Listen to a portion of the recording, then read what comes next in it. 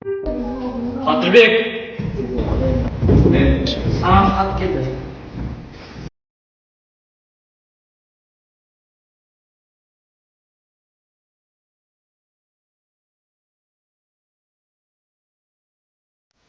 Қымбатты ағатайым, қал жағдайыңыз қалай?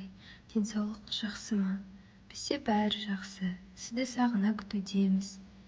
Әскердегі қызметіңіз қалай болып жатыр? Барлығы ойдағыдай ма? Біз жақтағы жаңалықты айтып берейін. Мен 10-шы сыныпқа көштім. Қыркүйек айынан бастап бізге де алғашқы әскери дайындық сабағы қосылды. Әскери өмір, әскери қызметтің бәрін үйретіп жатыр. Әр әскери сабақ болған сайын сіз есіме түсесіз. Әрине оңай емес, қиын екен. Тәртіпке қатаң түрде бағыну керек. Сізге қиын болып жатқан шығар деп ойлаймын. Маған әскери қызмет өте қатты ұнады. Болашақта мен де әскери адам болсам ба деймін. Есіңізде ме?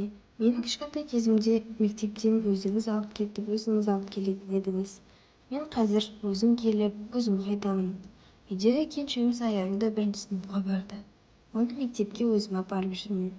Сіз аман-есен оралған соң екеумізді де апарып, алып кетіп жүресіз. Ата-анамызда бәрі жақсы, денсаулықтары ойдағыдай. Барлығы сізге сәлем айтып жатыр. Сіз біз үшін үлкен тірек, мақтанышымызсыз.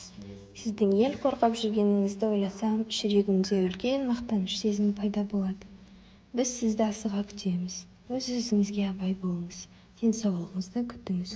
Сізге сәттілік, батыр ағам.